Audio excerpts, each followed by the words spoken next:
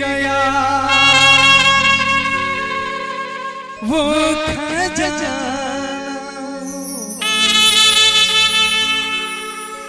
मैं बीता हुआ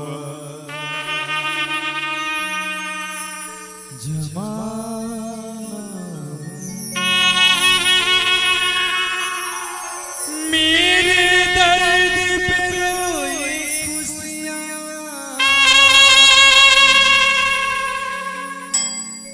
मैं गुमनाम एक फसाना, एक फसाना।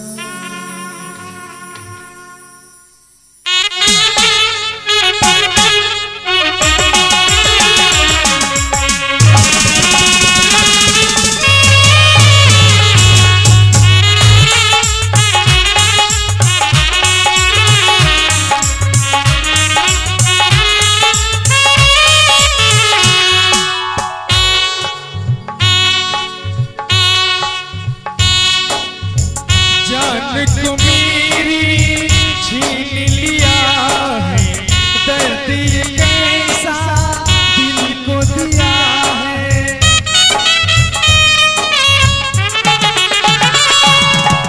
जान को मेरी छीन लिया है, दर्द ये कैसा दिल को दिया है।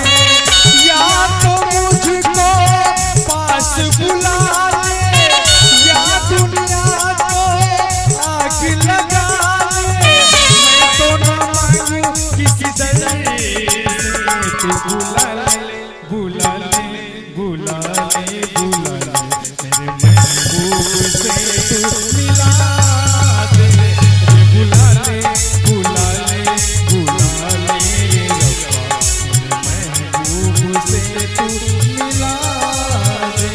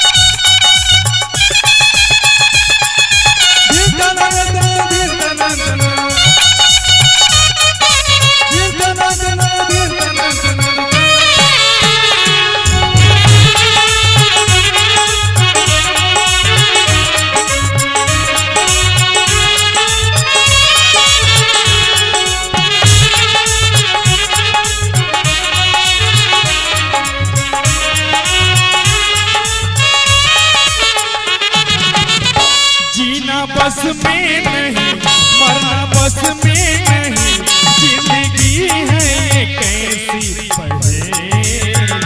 मैं तन्हा यहाँ, मैं तड़पता यहाँ, वो तड़पते वहाँ पर अकेले। जग के बंधन तोड़ के आओ, इस दुनिया को छोड़ के आओ, तो न मांगो किसी दर से तू बुला ले, बुला ले, बुला ले, बुला ले, मेरे महबूब से तू मिला दे।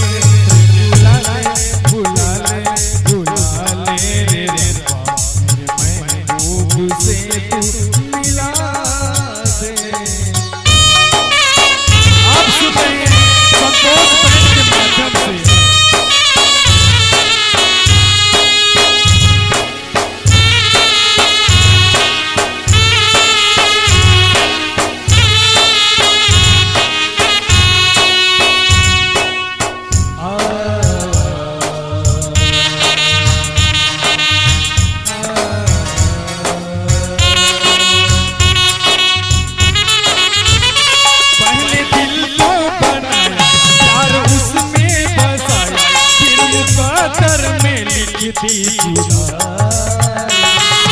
सिखवा करे, क्या शिकायत करे, तेरे कैसे करे हम पूरा जीवन में